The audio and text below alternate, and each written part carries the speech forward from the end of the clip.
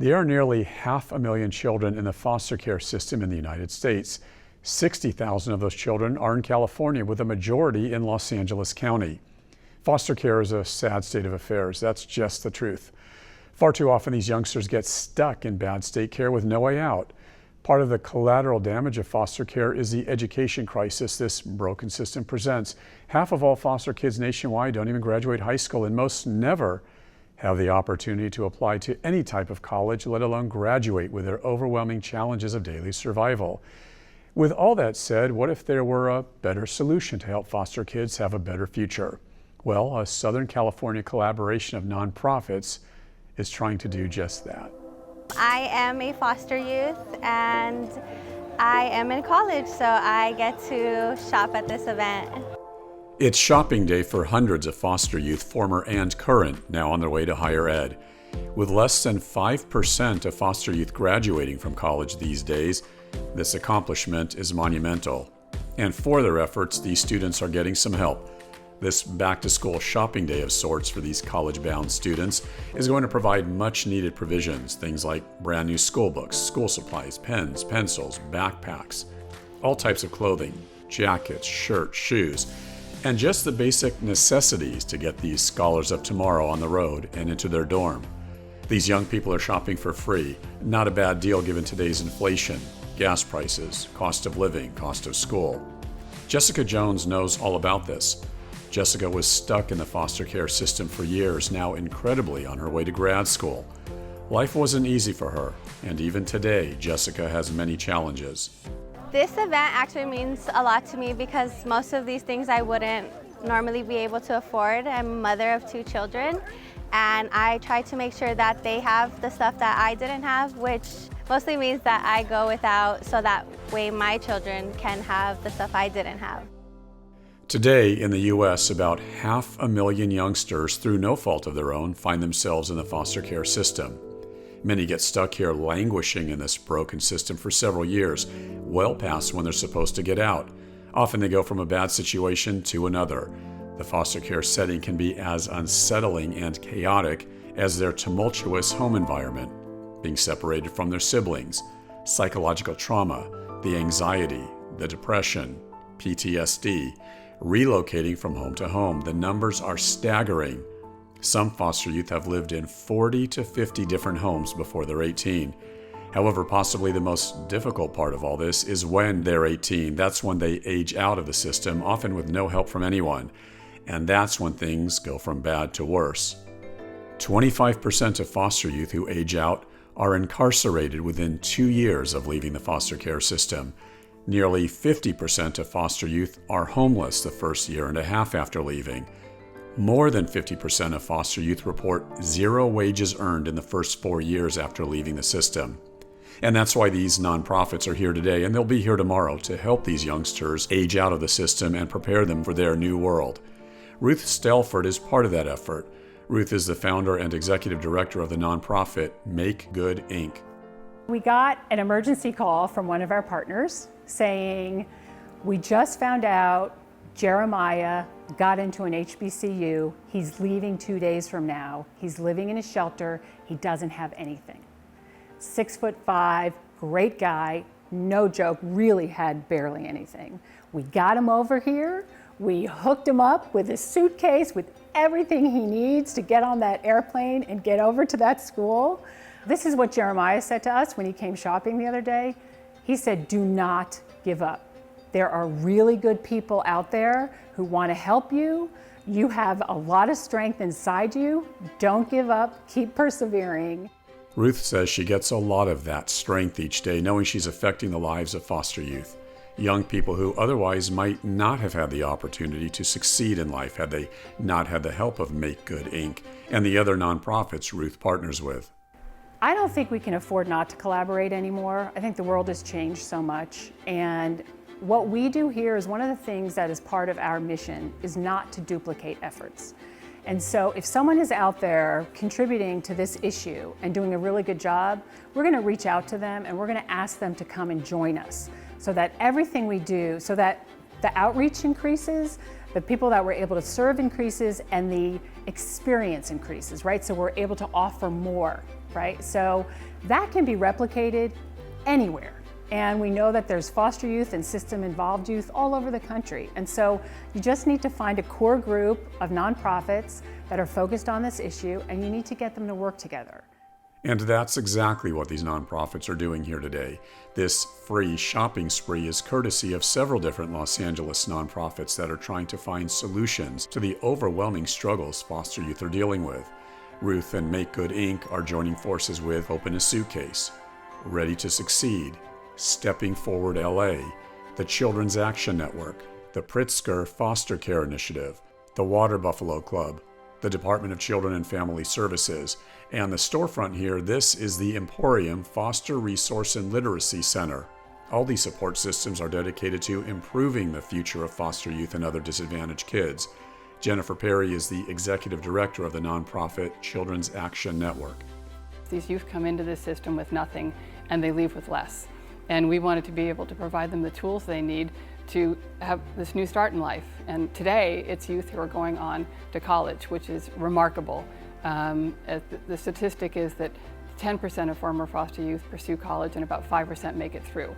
So we can make a difference today just by removing one of those roadblocks, which is having the essentials, having sheets, having towels, having Tide detergent, having shoes, having blouses, all the things that people take for granted that their own kids have, that these foster youth don't have. And they really don't have it because they don't have a safety net. So if they go to that dorm and they don't have the right sheets, they can't call anybody. So we're there for them. And so today is about giving them all of that so they have the best start they possibly can. The key is if we lift foster youth up, they don't fall back into the system. They don't fall into homelessness. They don't become justice system involved. If we carry them and keep lifting them and make sure, because one of the things we often say is some of these youth, they're one flat tire away from derailing all of their goals. And if we can be there to metaphorically fix that tire or help them over that hump that would prevent them from reaching their goals, then we are keeping these kids, youth, on the right path and on a path to success. That success is not an easy road. Many critics argue the foster care system here in the U.S. needs a complete overhaul. Many of those critics are former foster kids themselves, and while they did not talk about this on camera, they cite things like foster care being overrun with too many antiquated systems, all the red tape, the bureaucracy, the mismanagement, and that includes too many people involved on the local, state, and federal level, all insisting they have a solution of how to fix this broken system, often at the expense of the foster children.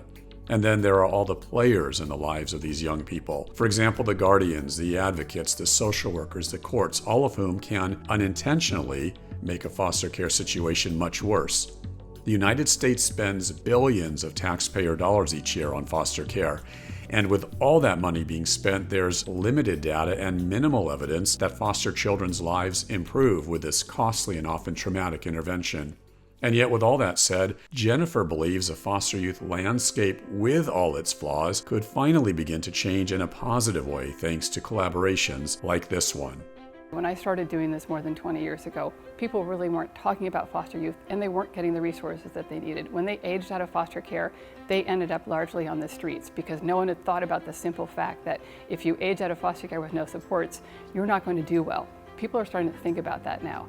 And what's really been wonderful is the kind of collaboration that you're seeing today with our pop-up is the kind of collaboration you're seeing across a whole bunch of disciplines in the foster care field, whether it be providing housing and services for youth who are aging out, whether it be people who are giving scholarships at a level that they never have before. And part of that is all the work that's been done by all these organizations to say, you know what, if there's a youth in foster care, it's your responsibility to help that youth succeed. It's your responsibility to make sure they have the resources that they need. And that's been a wonderful change in the field, and that's why we keep doing it. There's a young woman I was an informal mentor to, and to watch her get into Barnard and get through college and succeed was remarkable. And she came from South LA. She had never seen most of LA, let alone New York. So education opens up all these doors. It's the path for these youth to success and out of poverty. To not give up, to network, and to share your story. There's a lot of people that are willing to help. You just have to be willing to share what you've been through and your experiences and sell yourself, let them know where you're going and where you want to go and what you plan for your future. And there's actually a lot of people that are willing to help you out. And for more information about foster kids or various nonprofits or how you can help out, we have some websites on the screen there for you. Just go to makegoodinc.org, that's makegoodinc.org, or you can log on to the childrensactionnetwork.org, that's childrensactionnetwork.org. Both are great nonprofits doing great things for our youth. And we're going to give you another nonprofit to check out there on the screen, TwinSpire. That's twinspire.org, twinspire.org. We're going to tell you why we're giving you that one in just a moment. Joining me to further this discussion is Ruth Stalford. Ruth was part of my field report and is the founder and executive director of Make Good Inc. Also joining me is Demonte Thompson. Demonte is a former foster youth, and today Demonte Thompson is the co-founder and executive director of TwinSpire. Thank you both so much for being here. Thank you. Thank you for having us. Tay, beginning with you, we talked on the phone for a few minutes the other day. You have an amazing story which you have to share with our audience. You were a foster child for Compton, a very difficult life to say the least. I hope I'm not getting too personal. If I am, let me know, but please share some of that story with our audience. Go ahead. No, you're not getting too personal. In fact, I'm an open book. I wrote a book when I was 18 about my experience in foster care, and it all began with my parents struggling with some of the challenges that they had, being in poverty, and some of the other challenges that they had with substance abuse. And I have 9 other siblings, born and raised in Compton, California. Luckily, my great uncle stepped in during his retirement age, and he took 3 of my other siblings and I into his home, and he raised us as his own. He taught us how to build homes, and he really emphasized education. Delve more into that, because obviously I've done so many reports on this when so many kids are struggling these days in the foster care system. How did you accomplish all that you did? I mean, give us more of that story. That's amazing. Yeah, absolutely. I gotta really pay homage to and shout out my family and my loved ones. And when I say that, I'm referencing my great aunt who passed away when I was 12 years old. I remember massaging her feet with alcohol, and she would just tell us about her dreams for us, how we would graduate college one day and how we would change the story of our family. And I want to also give a shout out to my teachers who really took special interest in me and my twin brother at an early age. They really held us accountable with tough love. And in some ways, they were other mothers to us. And as I traversed through the education system of being placed in special education classes and really trying to navigate what's right from wrong, and not wanting my great uncle who was in his 70s and then 80s to come to my school and see if I'm doing well or not. I really wanted him to be at home and to brag about the good stuff that me and my twin brother were doing. And so I think most of the work and how I've gotten to where I am now today has been because of the values and the support that my family has provided, and that my teachers has allowed me to be able to take the opportunity, take advantage of the opportunities such as the Chafee grant and other IOP services. And my lawyer stepped in and was able to kind of connect me with some resources as well. So every time that there was an opportunity, I applied for it, and luckily it worked out. But I think for me, it's very challenging for me to be doing the work that I'm doing now, because most folks see this as being, if Demonte did it, why can't other young people do it? But I think we have to be able to understand what other factors young people are going through, and how can we be able to sort of navigate and ameliorate their negative experiences in foster care when they're going from home to home, from harm to harm. And so for me, I always like to be able to dig deeper and to think deeper about how were my experiences and how we should not have to depend on luck for young people to succeed. So talking about that, take it even further. What do you find are the biggest problems with the foster care system, and what don't we, the public, know about this system? Because this system is not doing great these days, to say the least, as you know.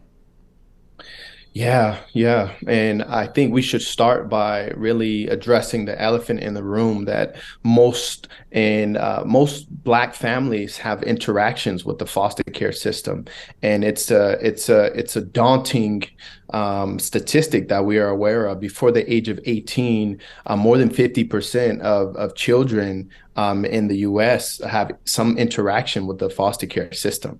And so I've also noticed too, through my research and through other scholars like Dorothy Roberts and Brianna Harvey, where they're being able to understand the complexity of a system and how poverty is oftentimes conflated with negligence. And so if we're beginning to understand why many young children in poor Black communities are being taken away from their families and put into other locations, and then those particular parents or caregivers are given resources to take care of those children, we're doing it all wrong. In what ways can we be able to provide the type of resources that the children in their Black communities that they need, where they don't have to go outside of their communities to get the support that they need? Ruth Stalford, I'm going to take a moment to set the stage for my question to you. Listen, taking care of, what is it, nearly 500,000 kids in the foster care system, obviously this is a massive task. It's a Herculean effort for the United States, the government, the local, the state, the feds, whomever. Yes, I'm going to say on the record, I do believe that with good intention, they're trying to do the best they can. With good faith, they're trying to do the best they can. So let's establish that right here and now. With that said, I also must say, no matter what the challenges, Ruth, funding or otherwise, some of the things that Tay has just mentioned, this government system, like so much government intervention, look, it gets an A for effort, it gets an F for execution. You and I were talking on the phone, what was it, a few weeks ago? We were laughing, I think I said it, not you, but if I hear one more person talking about the foster care system and let's have another meeting, let's have another task force, another conference, one more study group, one more focus group, right? They're studying and restudying, analyzing, reanalyzing to fix this broken system. Let's identify ways. I don't get why these stakeholders just continue to throw tons of money at this problem and nothing is done. It's typical of government. Ruth, is my categorization of this accurate, too harsh? Because if I'm wrong, definitely correct me. Well, I don't think it's too harsh if you're one of the young people who are affected by this system. You're not harsh at all, right? I think government does not do nuance. It just doesn't, right? And so there is, and I think Tay sort of touched on this a little bit, that the system itself is just filled with perverse incentive, and which is part of the problem, right? So Tay was talking about throwing money at things, and if you reward people for taking kids into their homes, and reward might not be the right word, but then that's going to create a system that isn't really centric to the kids and to what these children really need, right? And so the idea of providing the services to the community in a holistic way, in a preventative way, is more important, right? I think that would be a better solution. But then what happens to all of this bureaucracy, right? Where does that all go? And so I think that is where nonprofits can come in. And I think that, the government, certainly there, as you said, there are organizations and departments and people working so hard to try to change things, but we got to stop talking about it and we just have to start doing these things. I mean, we all know what the problems are. Let's just start fixing them. So that's where nonprofits come in. And speaking of that, because we have to try to find solutions, particularly on this program. Let's talk solutions, not the white noise and the chatter that we constantly hear. So talk about your nonprofit situation. Ruth, logistically speaking, can you folks be part of this foster care solution? In other words, maybe having nonprofits take the lead with other private companies or private-public partnerships. Just get the government out of this convoluted system. Not entirely. Yes, we need government. I'm the first person to say that, but limited government in this sense, because often, unfortunately, government can be part of the problem. That's why we reported on you folks, Ruth, and what you're doing with a nonprofit. So talk about how you're affecting change more and how you could be that solution you just mentioned. So what we can do and what we do, and what you saw right in the report, is that we're able to sort of work outside of the system with the system. right? And so we don't have the time constraints. We don't have the red tape. We don't have all of these barriers in the way, except for fundraising, to getting things done, right? So we are able to look out at the terrain and see who's out there and see who else is doing good work and what are they contributing, right? And then we can reach out to all of these other organizations who are providing a service that can help better the outcomes for these, young people. And we can bring all of that together without having the bureaucratic red tape and without having the restrictions and the regulations and all those things that slow the process down, that convolute the system. And so that is where, nonprofits really can come in and make a very significant, quick impact with long-term impact, right? And then help support better outcomes for the government systems, right? We could work much better together if we just made that commitment. And then in terms of corporations, there's a lot of stuff out there and extra stuff. And if we can partner with all of those organizations to aggregate all of that and make sure it gets into the hands of the people who need this stuff, that can also make a big leap in helping young people and this whole system. Yeah, Ruth, both you and Tay, Ruth, we can begin with you. 30 seconds on this answer, and then I want to find out some examples of what you're talking about so the viewer gets a better idea of where you're at with all this. Ruth, and then to you, Tay.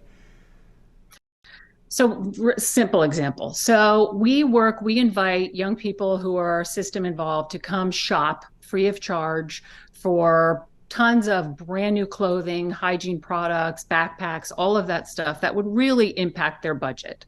And they're high quality items, and they are the same thing that my son has, the same backpack, the same, jeans. Yeah.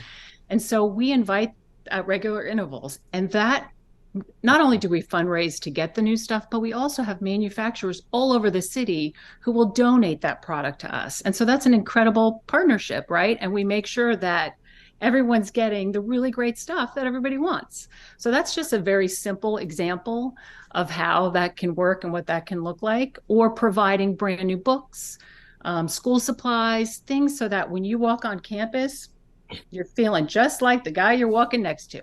So that's, it's really important. Tay, add to that. Yeah. Thank you, Ruth. And you're absolutely right. When I was younger, I got to benefit from some of those initiatives. And so you're doing incredible work.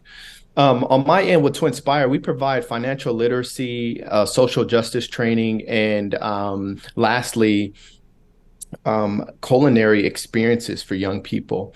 And so what we've noticed is that young people who are transition age youth oftentimes are sometimes lacking the skills for them to be able to traverse through college, to get to college, to navigate the school systems, to navigate independent living. So we said, how about young people who have lived experience where we train them to go out and to teach other young people who are in the system? And so that's one of our initiatives. But a more specific example, I would say, is our partnership with Friends of the Children Los Angeles, in which will we be able to pair young people with a supportive adult to impact their academic achievement and to also provide, and we know this by research, that one supportive adult can make the difference in a young person being able to achieve excellence. And so that's something that really passionate about, and that we believe that systems can do a better job with in paying mentors to be a part of young people's lives, to prevent them from going into foster care and prevent the family from having this interaction with the child welfare system. Final question, Tay, and then to Ruth in our remaining 60 seconds. I talk to so many folks who insist the system is too broken, it can't be fixed. You say what, Tay? I say they're onto something. There is a movement now that's called Up In Movement. And there are scholars who are researching what better ways can we be able to support communities, community-centric ways to support families who've had negative experiences in foster care where their children are being bounced around and around. A great example of this is Andrea Elliott, who wrote a Pulitzer Prize winning book based on the experience of a family in New York who was experiencing homelessness and the system that failed her and her family time and time again. And I think we have to begin to look at what our community-based organizations do. Do we have a running list of all of these organizations and how we can sort of create some type of community liaisonship, some type of directory, so when young people and families need these resources, they can get them immediately? Ruth. Yes, yes, Tay, I agree. And I think just like we've all been pivoting for the last few years, it's time to pivot. It is time. And in the direction that Tay is talking about. And I think that's what we have to do. Doesn't mean we can't figure out how to do it together, but it's time for some big shift. Absolutely. I hope that happens. Thank you both so much, Ruth Stalford and Demonte Thompson, for your great interviews. I can't tell you how much I appreciate you guys being here.